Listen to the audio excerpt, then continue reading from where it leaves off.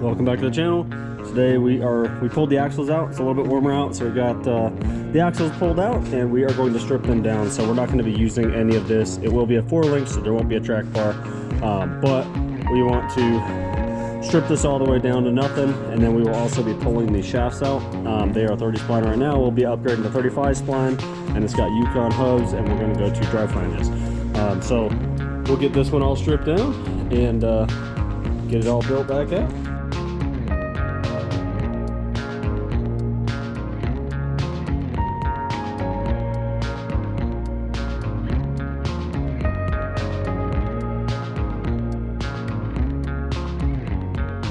Alright, we got everything pulled off of the axle, so now it's time to cut everything off.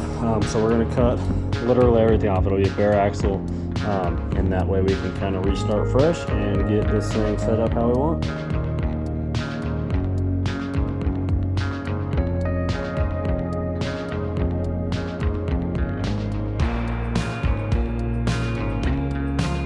Alright, time to start cutting.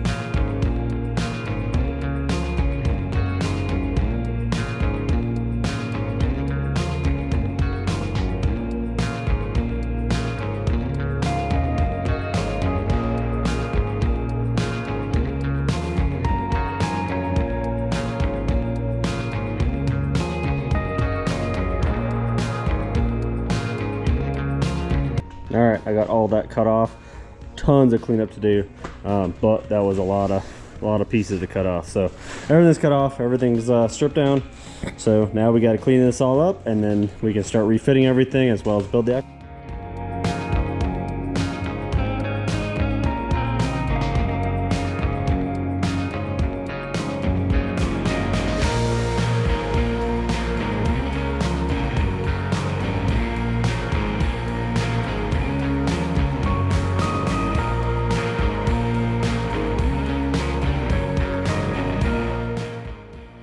Alright, we got the axle all cleaned up.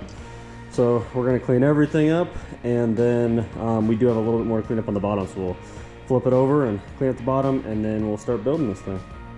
Alright, we got all the floor cleaned up and the axle all cleaned up and finished up.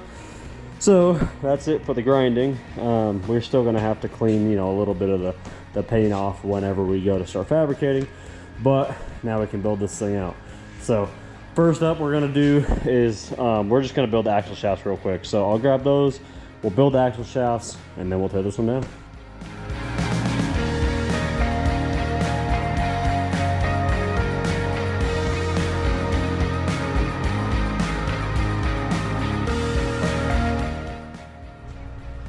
Alright, so I got some Yukon 35 spline inner and outer chromoly shafts and some Yukon super joints.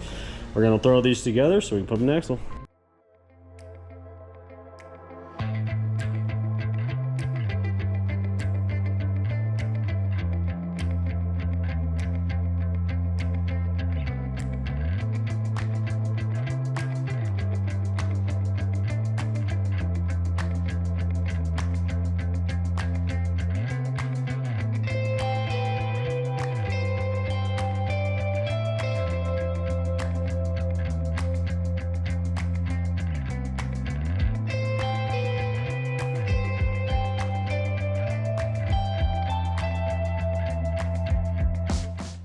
Alright, we got one together. I used the press just to make it a little bit easier instead of hammering them, but either way, all these snap rings, everything are all good, and it flexes nicely. So now we just got to do the other one. Alright, so these U-joints, a lot of U-joints are like this with the upgraded chromoly stuff, but you just have an O-ring, there's no needle bearings, so you put the O-ring in there. Pretty easy, and then I always lube them up just to make it easier to go on. And then these full circlips, you're going to want to put it on the joint before you put it in, otherwise you're not going to get it in afterwards. But these joints also have an angle on them, so that's how you get it in, and then a notch here, so you got to put the notch side in like that, and then the angle will allow you to put it in the other side. So yeah, and then These little grease zerks you don't put in until the end, because when you put it into the housing, they will hit, because they are obviously on the end of the cap. They will hit on the knuckle. So unless you grind out the knuckle, but just wait to put these on until they're installed.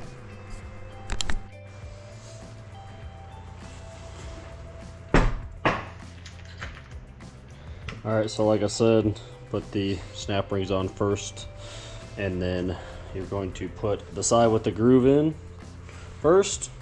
So this side, and then that notch kind of fits right there. The snap ring does make it kind of harder to go in. It'll fall in without it, but if you just tap on it, it'll go into place pretty easily. So now, being in place, just like any other normal U-joint, put a cap in, slide it into the cap a little bit, put the other side on, and make sure you keep it straight so you don't pinch the O-ring.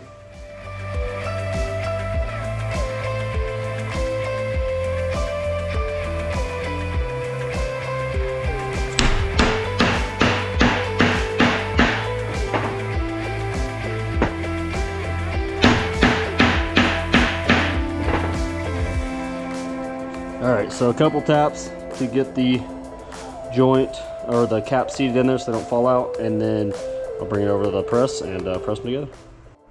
Alright, so obviously just like any other U-joint, you don't want to press it too hard. So what I do is I just kind of set it up like this and then press it nice and slow.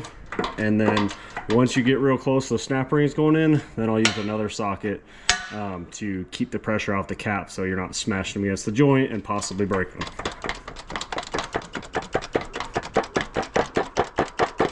Alright, so now that that snap ring groove's in, put this under there, and then I'll get that one pressed the rest of the way.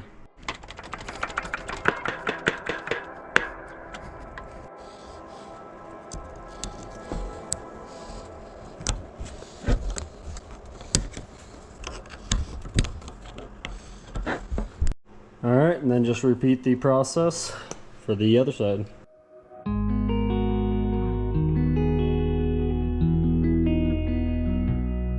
Alright, both of these shafts are complete. I did throw a little grease in there, the grease that comes with them, and then I'll put these in once installed. So let's get the axle torn down, get these installed.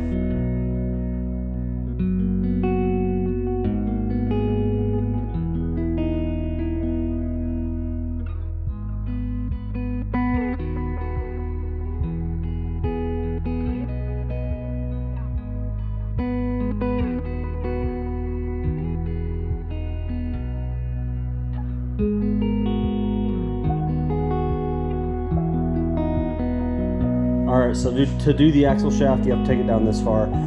I did take the bottom cap off for the kingpin and inspect it because it was loose. So now it's not loose at all, but as you can see on this side, a lot of movement. It's probably going to be hard to see, but a lot of movement in the kingpin. So I wanted to inspect it, make sure it was good, everything looked good. So I added some preload on the top, and everything's nice and tight now. So throw the new shaft in, reverse order, and then do that side.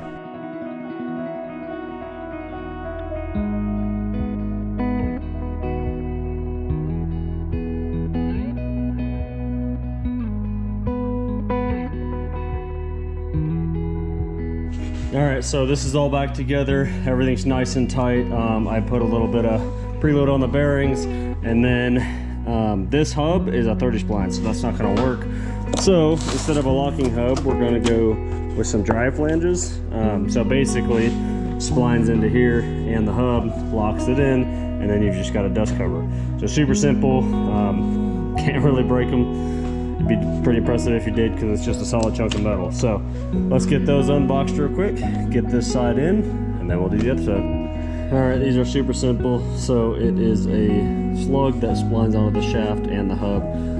When they're new, they're super tight, so they're not super easy to get on.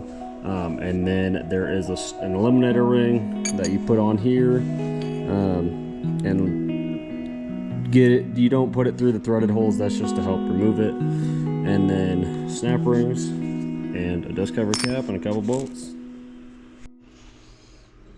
Actually slid in nice and easy. So now we can put both of these tenor rings on and then put the cap on. Alright, that finishes up this side. Alright, we got both sides all finished up with the new 35 spline shafts in it. So now we can put the greasers in it and then grease them up and get the steering figured out.